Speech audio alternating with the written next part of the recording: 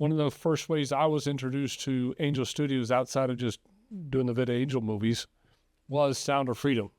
Shoot. I mean, that would bring the audience almost to tears to see how bad that is for kids. I mean, I got a special place in my heart for kids, and man, to see how prolific that is and how many kids get involved in that.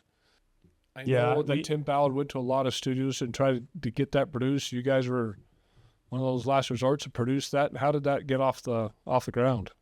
So it actually had gotten produced before we even got the distribution rights to the film. And what had happened was 20th Century Fox had produced it with Eduardo and Alejandro and Tim, and then they got acquired by Disney. And when that acquisition happened, for whatever reason, Disney decided to shelf the movie, said it wasn't right for their brand. And so Eduardo spent a year, trying to basically get that movie out of the Disney vault, where it just would have disappeared into time. And he finally was able to pull it out.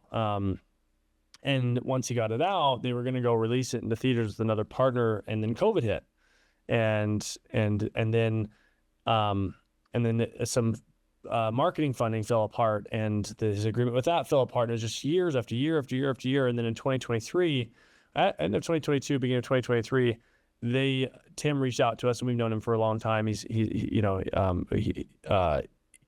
reached out and just said, "Hey, that movie about my life and this thing that happened, it looks like the rights are going to come up where you could actually get the rights to this. Are you interested?" And we're like, "Well, we'd love to see it and see if this is a fit, and screen it for the Angel Guild and see what they think of it."